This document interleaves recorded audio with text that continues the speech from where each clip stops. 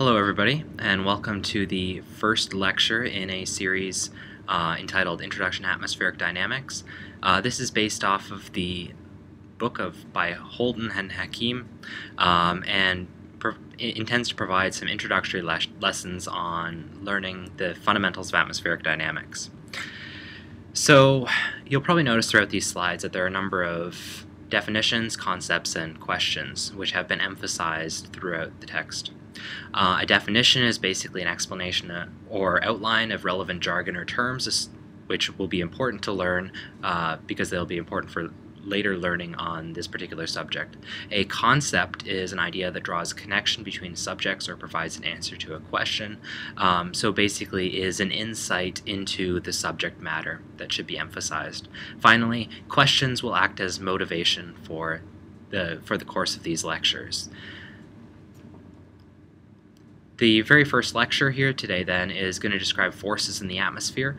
We will aim to describe the equations of motion underlying basic atmospheric dynamics, and we shall see that these dynamical equations of motion are a fundamental foundation for any of our future work in understanding atmospheric dynamics. So the Earth's atmosphere is well understood, has been understood since ancient times.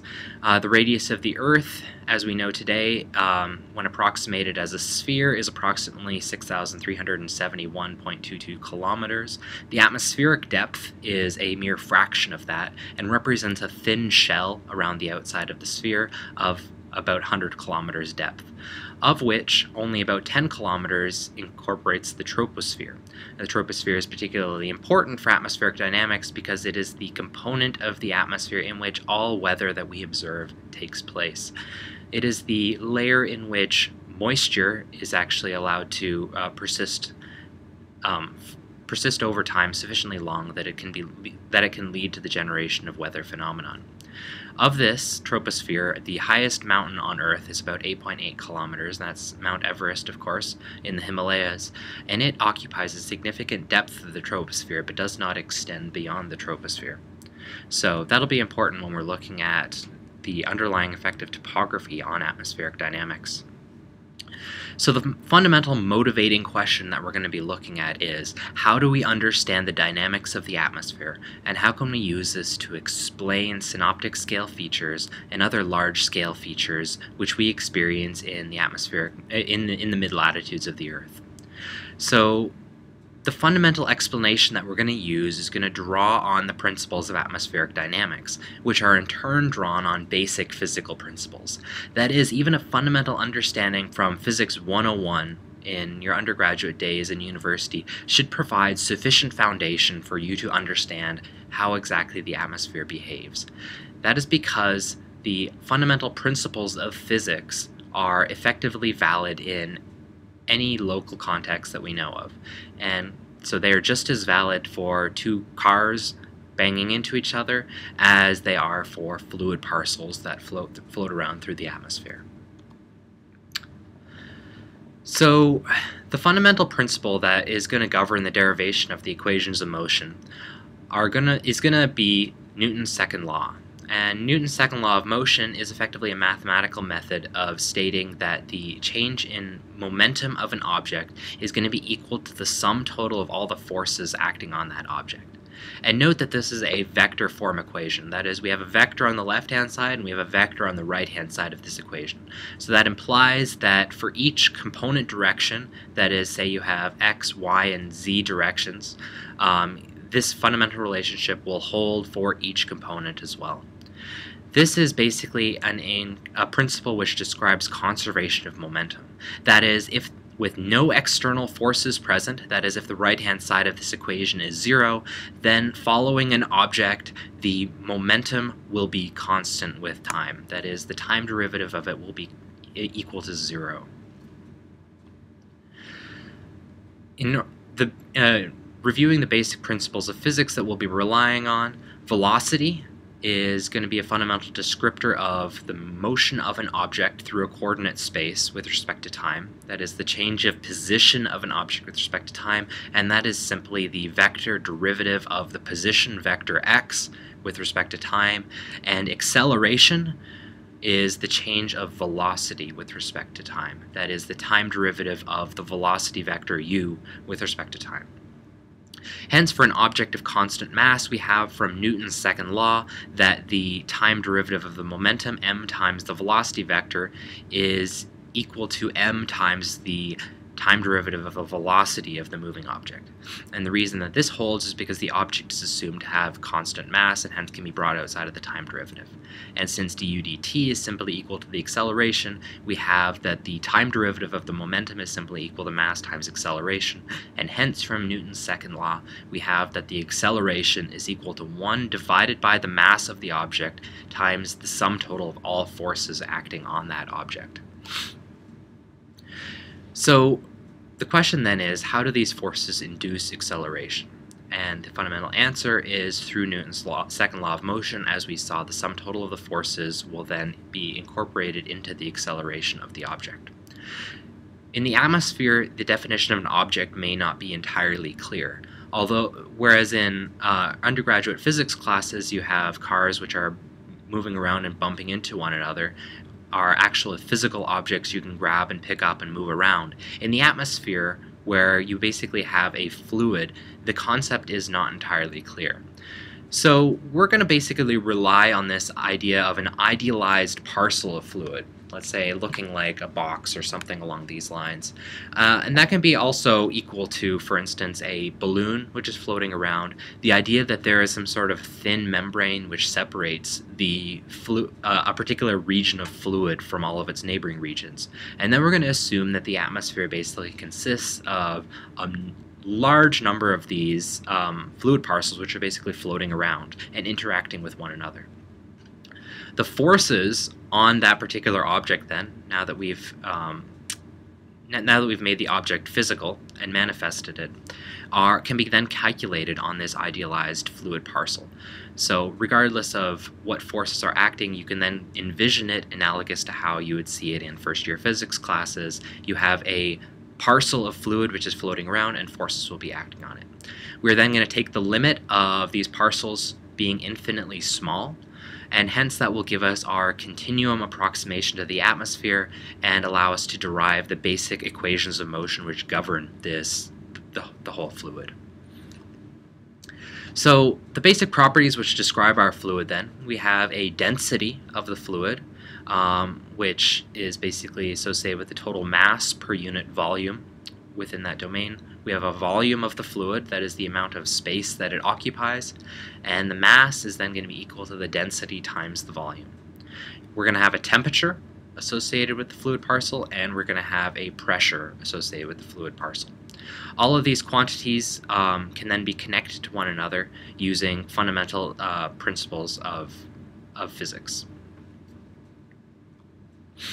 We're going to be working in a spherical coordinate system. Remember, the Earth is a sphere, so it's important to do our derivations in spherical coordinates. Hence, we will be using longitude, latitude, and radius in order to represent the position vector in space.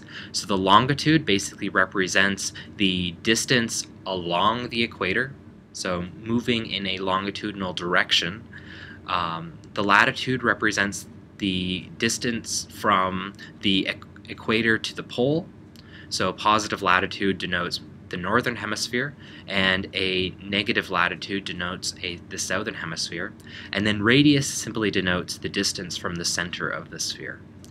These have corresponding basis vectors associated with them, that is, vectors which point in the direction of an increase of that particular component. So the eastward basis vector I then points in the direction of increasing longitude with latitude and radius held constant. The northward basis vector j points in the direction of increasing latitude with longitude and radius held constant, and the vertical basis vector k points in the vertical direction with longitude and radius held constant. You'll notice that as you move over the surface of the sphere, that these basis vectors will also move, and that'll be important moving forward as we talk about apparent forces.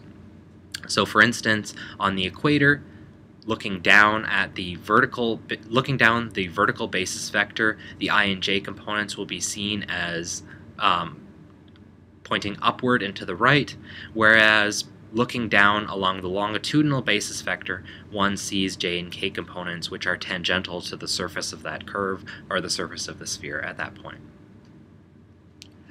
We're going to use a quantity known as the material derivative, here defined to be a derivative with a capital D, and this will be used throughout our stint in investigating atmospheric dynamics.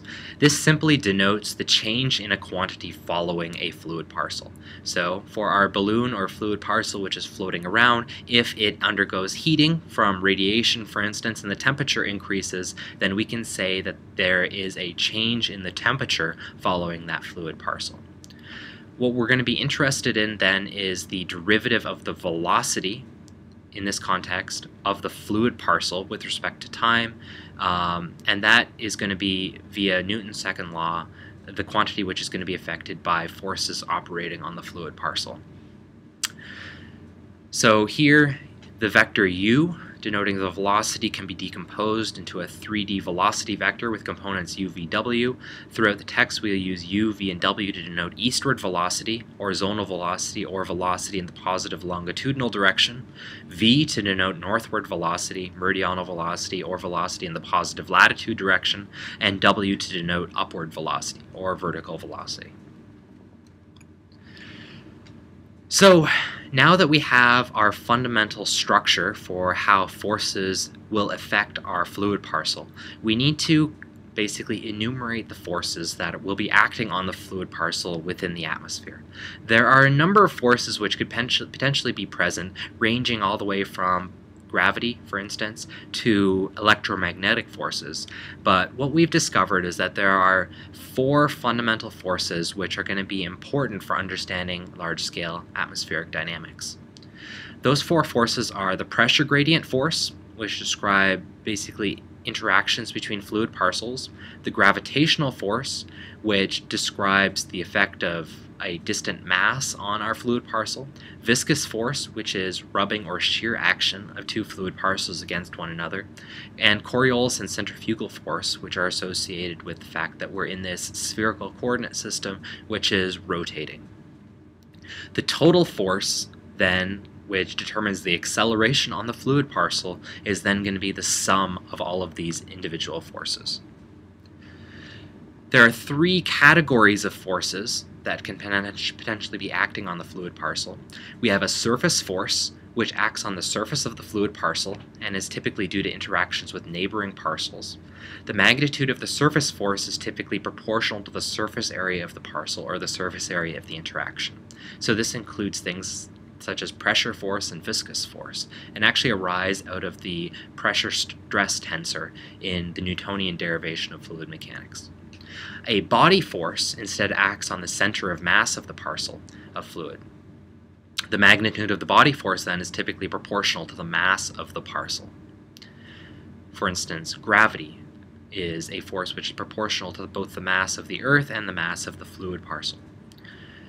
When we have a coordinate system which is moving, such as in our case, we have a rotating Earth, and this varies with respect to time and or space, then there will be an apparent force which is induced due to the fact that coordinate vectors are changing following the fluid parcel. So this includes Coriolis and centrifugal force, both of which are going to be incredibly important for large-scale mid-latitudinal storm systems. So going through these forces one by one then, we're first going to delve into the pressure gradient force. We want to come up with a mathematical description for how exactly pressure gradients will be acting on our fluid parcel. So imagine that the fluid parcel is embedded in some sort of gaseous medium, some sort of background flow, and it experiences pressures. Now, pressures are basically a measure of the intensity of interactions between the minute background and the individual and the walls of the fluid parcel. So this typically occurs, for instance, if you have a bunch of vibrating particles which are at the boundary of your fluid, and those interact by hitting the boundary of your fluid parcel. Consequently, the fluid parcel will receive a total pressure force which is proportional to the sum total of all those individual interactions over the whole edge. Since we're not keeping track of individual particles, since that would be on too small of a scale, instead we assume pressure is going to be averaged over the whole face. So let's say, for instance, that our parcel exists in XYZ space at some point x0, y0, z0. We're going to be interested in determining the total pressure which is being experienced along, for instance, a face which is in the x direction of our here rectangular fluid parcel. And how we're going to obtain the pressure at that point is we're going to assume that the pressure is a continuum, that is, it is sufficiently continuous in space that we can use a Taylor series expansion in order to obtain the pressure at a distant point in space.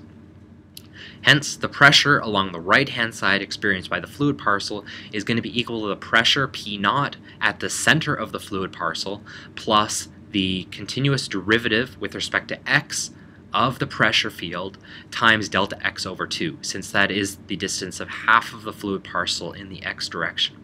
And then plus some higher order terms which will be neglected since delta x will be assumed to be small. We can do this at both sides of the fluid parcel, both at the right-hand side and the left-hand side. At the right-hand side we have P0 plus delta P over delta x, or the di P over di x times delta x over 2, and at the left-hand side we have P0 minus di P di x times delta x over 2. Notice the difference in sign on the two sides. That's simply because we're on the one side we're going in the positive delta x direction, and on the other side we're going in the negative delta x direction. Hence, the total force experienced by the fluid parcel is equal to the pressure times the area. And the area here is simply delta y times delta z. And similarly, on the right-hand side, we have minus pressure times the area. Here, the pressure on the right-hand side is inducing a force to move the fluid parcel to the left.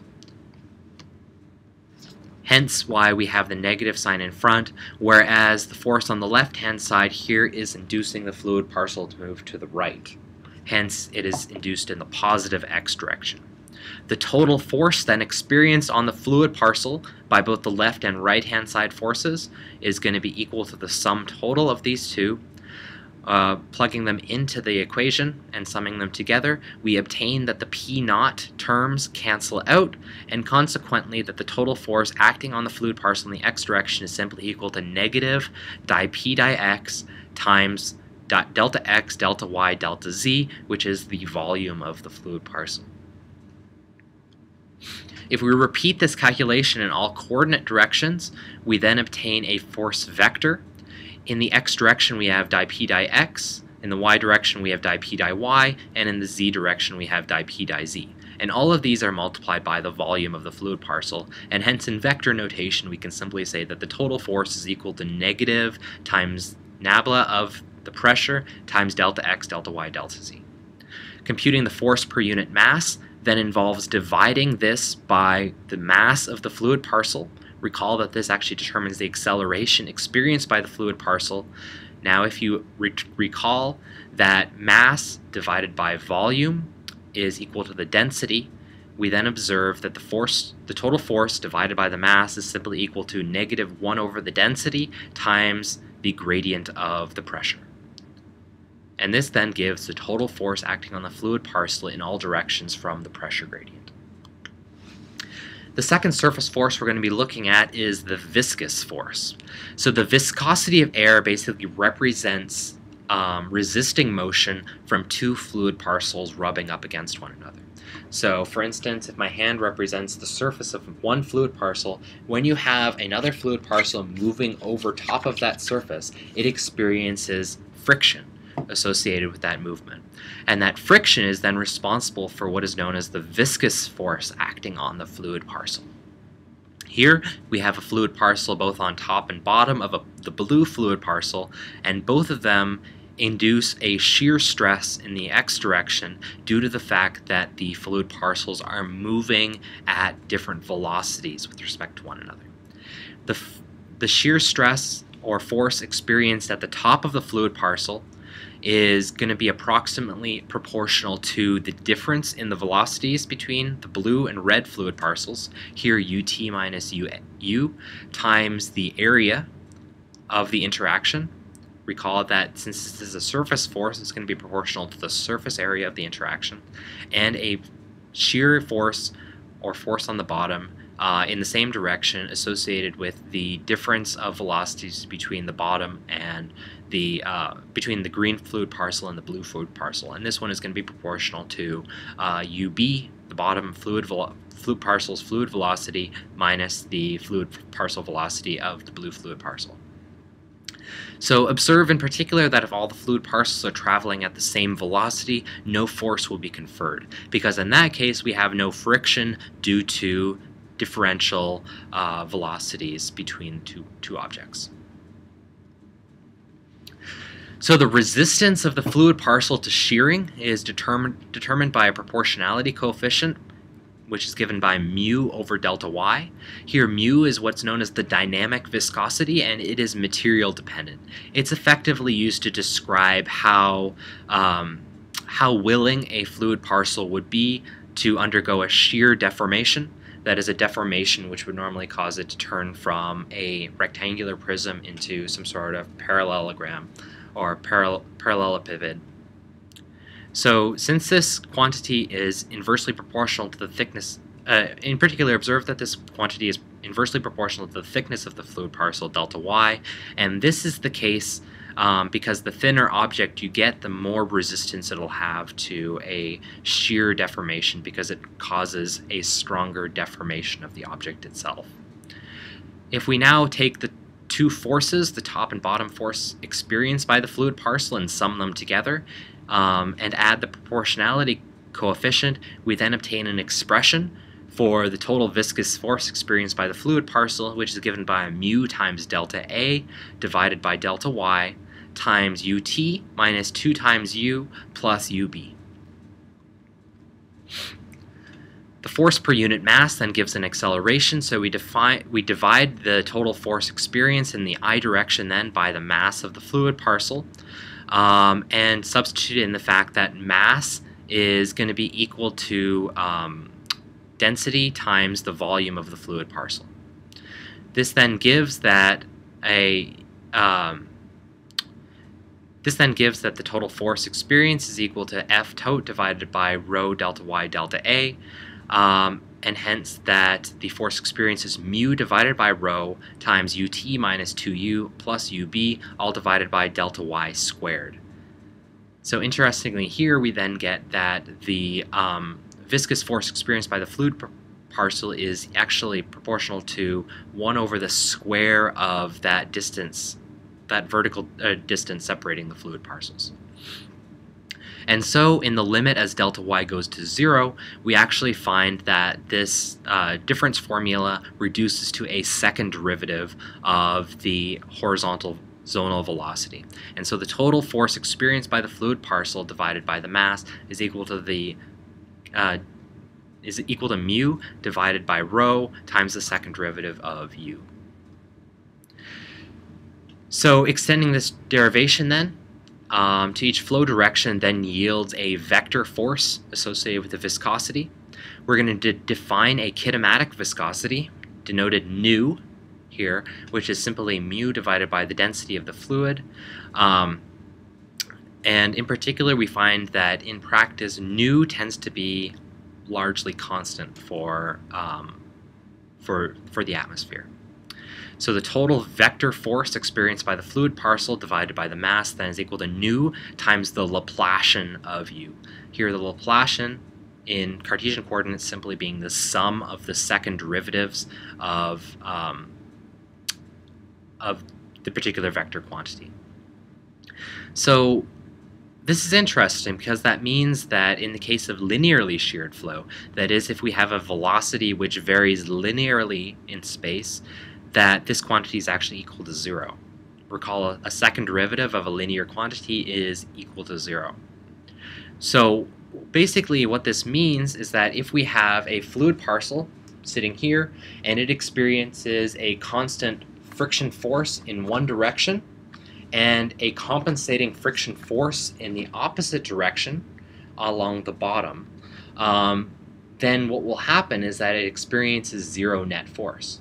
And that makes sense actually, because if you think that you can induce, if object itself cannot be deformed, and you induce a force in one direction on top and another force in the opposite direction on the bottom, the overall effect will be a zero acceleration on the fluid parcel. Hence, it makes sense that we actually have this quadratic derivative of the fluid velocity describing the viscous force. Okay, so moving on then, we have the gravitational force, which is an example of a body force.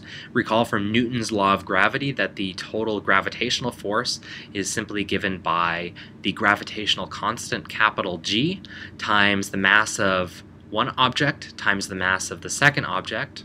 That is proportional to both the mass of the interacting object and the inducing object. And that's divided by the square of the distance separating them. Here denoted by the here the distance separating them is denoted by the vector quantity r, and the magnitude of that is simply the distance between them then. And this is multiplied by r over the magnitude of r, which is simply a directional vector saying that the force is in the direction of separation between the two objects. Now we know the gravitational constant. This has been measured very accurately, empirically, and we know the mass of the Earth. We can assume that the fluid parcel will have an almost negligible effect on the Earth itself. That is, we're going to assume that the overall force experienced by the Earth will lead to essentially zero acceleration of the Earth itself, but the Earth will still have a very apparent effect on the fluid parcel. So since the atmosphere is essentially a thin shell, we make the approximation that the radius is approximately equal to the radius of the Earth, which we know, and then we define gravity at the surface to be little g, which is equal to capital G times the mass of the Earth divided by a squared. Now, as a little exercise outside of this lecture, I challenge you in order to calculate little g from the above information. So given that we've calculated a local gravitational force then, or a gravitational acceleration associated with the fluid parcel, we can then say that the total force due to gravity associated with the fluid parcel divided by the mass is equal to negative g. That is, it points downwards relative to the vertical upward basis vector, and it acts towards the surface of the Earth. That is, it's aligned with the vertical basis vector k, and has no effect on velocities in the eastward or northward direction. So this then gives the total gravitational force acting on the fluid parcel. So far we've derived these dynamical equations of motion for a Cartesian frame and a non-rotating fluid. And it incorporates three important forces: pressure gradient force, gravitational force, and viscosity. The terms are the total acceleration experienced by the fluid parcel is equal to the sum of all forces, and hence we have the pressure gradient force summed with the viscous force in both the horizontal equations of motion, and for the vertical velocity we also include the gravitational force. All three forces are then added together. So in a Cartesian frame then, these will be the fundamental equations of motion describing fluid behavior. We are now looking in a rotating frame. And now that we've entered into a rotating frame, we need to take into account apparent forces. That is, forces which are non-inertial but simply exist because of the way that we've defined our basis vectors to follow the surface of the Earth. So recall, the Earth revolves around its axis at a certain rate, omega. The Coriolis and centrifugal forces here are then known as apparent forces because they only exist in the reference frames when the reference frame is in motion. And these two forces basically are used to describe two features which are associated with the motion of a fluid parcel in a rotating frame. The Coriolis force is known for deflecting a fluid parcel as a consequence of the Earth's rotation, whereas the centrifugal force attempts to push fluid parcels away from the axis of rotation. We're going to concentrate now on the derivation of the Coriolis force and how it affects fluid parcels, and then we'll briefly mention centrifugal force later. So Coriolis force arises out of conservation of angular momentum. That is, an object with a certain angular momentum will tend to retain that angular momentum. will tend to retain that rotation if it does not interact with other parcels. Here, angular velocity is defined as the angular frequency in units of radians per second multiplied by the radius. So the quantity omega has units of 1/seconds, and r, which is the radius of the fluid parcel from the axis of rotation. So imagine this in a 2D frame. R would then be the distance from the fluid parcel to the center of that circle, or here's the center of the axis of rotation. And the product of those two is then going to be equal to the velocity, the magnitude of the velocity vector. And the velocity vector will always be tangential to the circle, which represents the path of rotation. So over a small time delta t, we expect that the fluid parcel will subtend an angle delta theta, and consequently it experiences a small adjustment in its position vector associated with subtending that angle. So on the surface of the sphere, the radius of rotation is actually equal to the perpendicular distance from the axis of rotation. Do not think that this is the distance of the fluid parcel from the center of the sphere. It is the distance from the fluid parcel from the axis of rotation, because at any point along the sphere, it's going to be basically following a circle along a line of constant latitude, and can be treated then, its behavior can then be treated as a 2D plane which is perpendicular to that line, to the axis of rotation, that is along a surface of constant latitude. Hence the more important quantity in this case is this radial vector extending from the axis of rotation. Now A is the distance of the fluid parcel from the center of the Earth, and this is going to be multiplied by the cosine of the latitude phi here.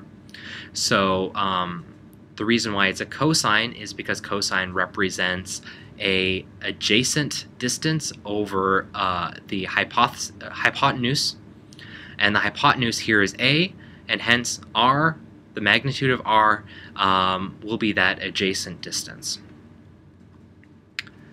At this point, we have a local coordinate system analogous to the one that I discussed earlier. At the red circle, we're going to have a northward coordinate vector j, a vertical coordinate vector k, and a zonal coordinate vector I, which currently points into the page. So if we assume that we have a vector b at this particular location in space, which is aligned with r, that is, it exists at constant latitude, we are interested in determining the components of this vector in the local basis.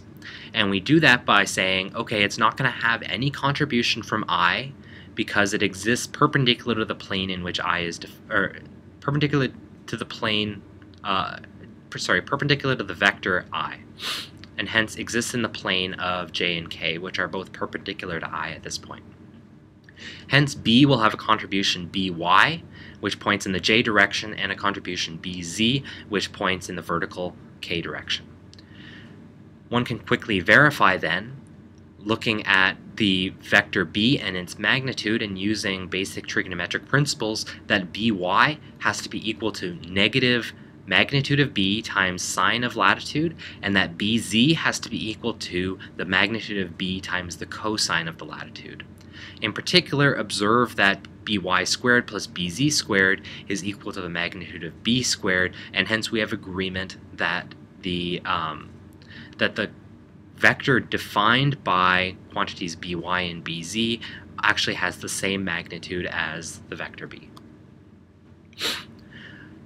So we're interested then in the velocity of the fluid parcel at the red point only due to the rotation of the Earth.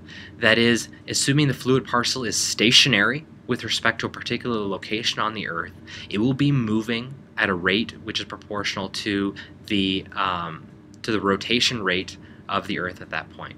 Since the velocity is purely zonal, we have that ui is going to be equal to omega times the radius r. So recall from earlier, this is simply the angular velocity associated with the fluid parcel at this point, and that velocity points in the positive zonal direction. So it's equal to ui times the I basis vector, which points eastwards.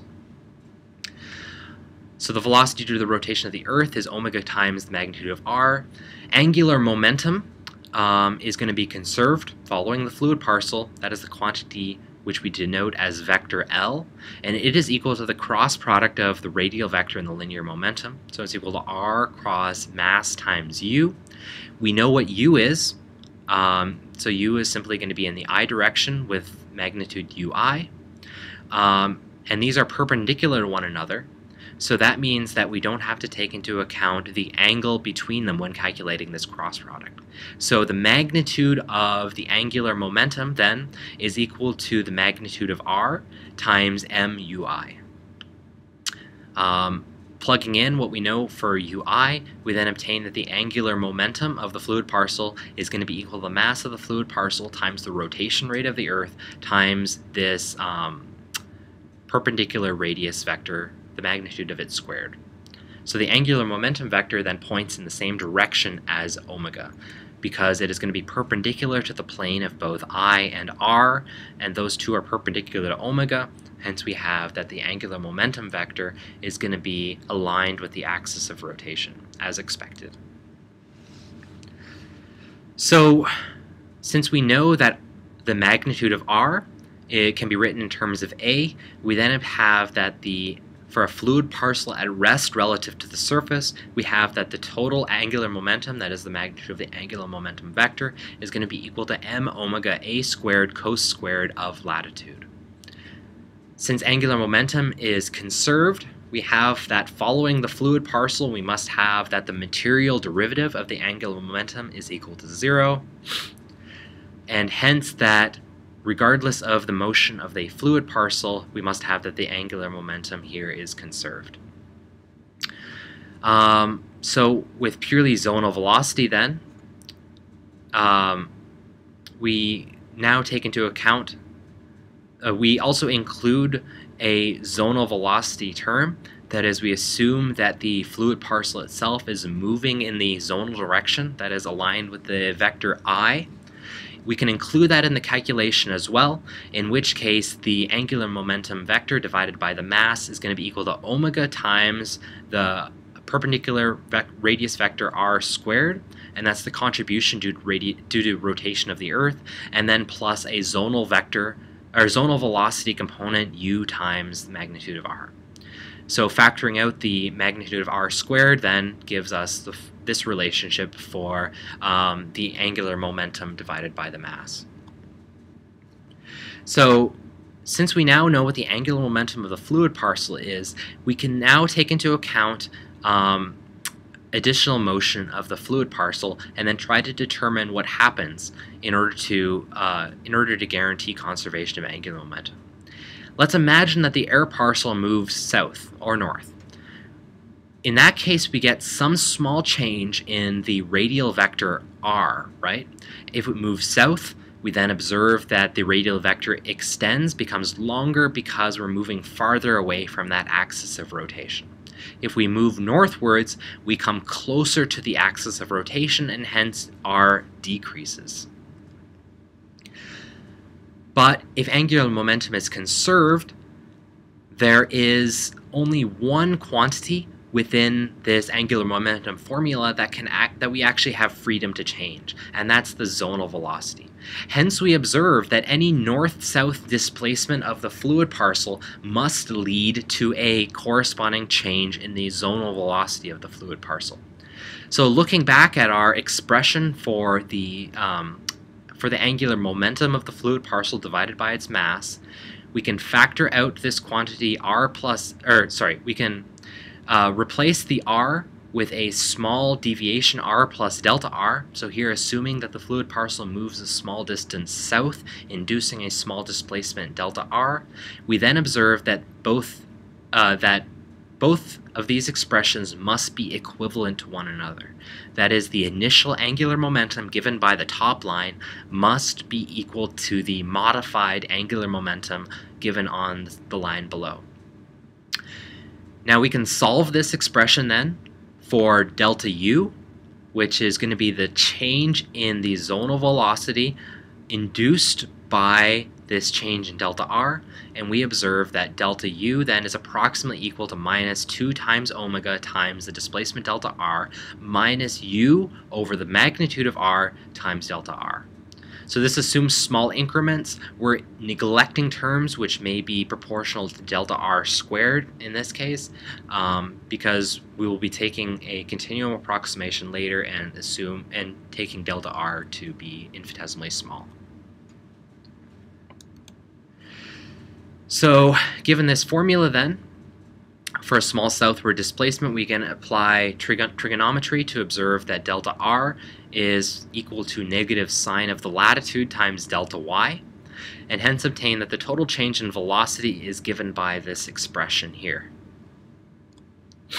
We're going to divide through by delta T, that is a small time increment, and take the limit as delta T goes to 0. This will then give us the material derivative of the velocity following the fluid parcel in terms of the material derivative of the y coordinate, that is the y here being the displacement in the north-south direction following this formula. So in particular, we observe that the material derivative of y following t, that is the distance, the meridional distance, change of that with respect to time is simply the meridional velocity, and hence we obtain this expression which describes the acceleration of the fluid parcel, which is induced due to the fact that we're in this rotating coordinate frame. So hence a small meridional velocity will induce an acceleration in the zonal direction. So this includes two terms, one being the Coriolis term, which is proportional to the rotation rate omega, but we also obtain a second term, which you'll notice does not include the rotation rate. And this exists because of curvature of the underlying frame, that is the fact that the fluid parcel exists on the surface of the sphere. And hence modifications, and hence the definition of the zonal velocity will be modified as one moves through space. Hence, by conservation of angular momentum, we then observe that displacements of a fluid parcel in the meridional direction will lead to apparent forces as follows. If the fluid parcel is displaced zonally, it will also experience an acceleration in the zonal direction, and this will have feedback on meridional and vertical velocities. If the fluid parcel is displaced vertically, we'll also observe an increase in the distance from the axis of rotation, and hence conservation of angular momentum will also lead to the inducement of an acceleration on the fluid parcel. Both of these will be left as an exercise for either discussion in class or for review from Holton. It essentially requires repeating of a similar analysis procedure in order to obtain the full derivation. We combine all of these three possibilities, and that will then give us a total explanation of Coriolis and curvature terms. It turns out that in total we will obtain 8 terms as a consequence of Coriolis force and curvature. 4 of those terms are Coriolis related, 4 of those terms are curvature related. So, as you'll see, here we have a variety of interactions associated purely with the fact that we are on the surface of a sphere and that the reference frame is going to be rotating in time. So these 4 forces must then be included in the total explanation of acceleration experienced by a fluid parcel. Here we're going to define a Coriolis parameter. In order to simplify the notation, it'll be defined as 2 omega sine phi and will be used throughout our discussion of atmospheric dynamics.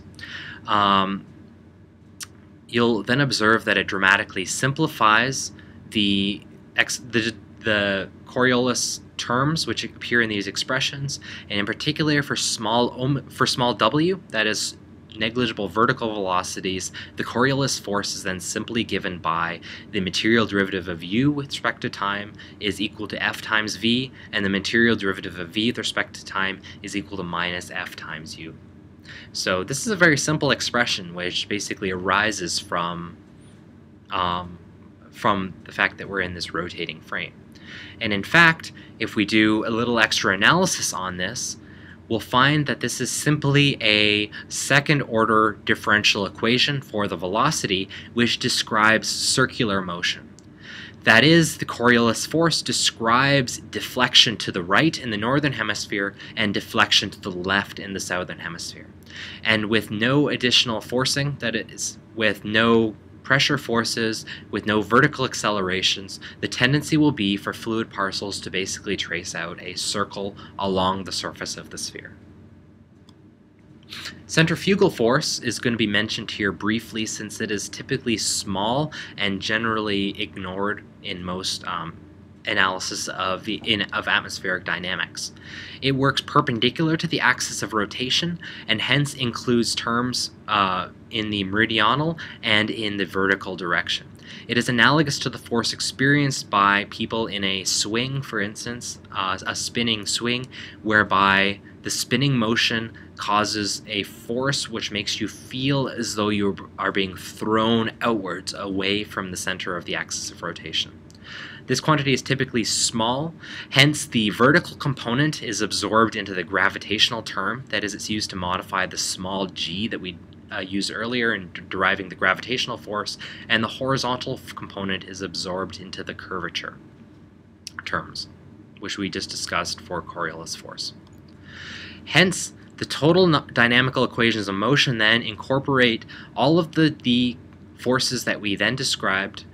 We have curvature, pressure gradient, gravity, Coriolis, and viscosity. Curvature typically appearing on the left-hand side of the evolution equations, and the remaining forces appearing on the right-hand side. And these forces are highlighted as seen on this slide. All of these forces are important for describing the fluid equations in spherical geometry for a rotating fluid. And these will be the fundamental baseline which we will then use in order to describe all atmospheric dynamics going forward.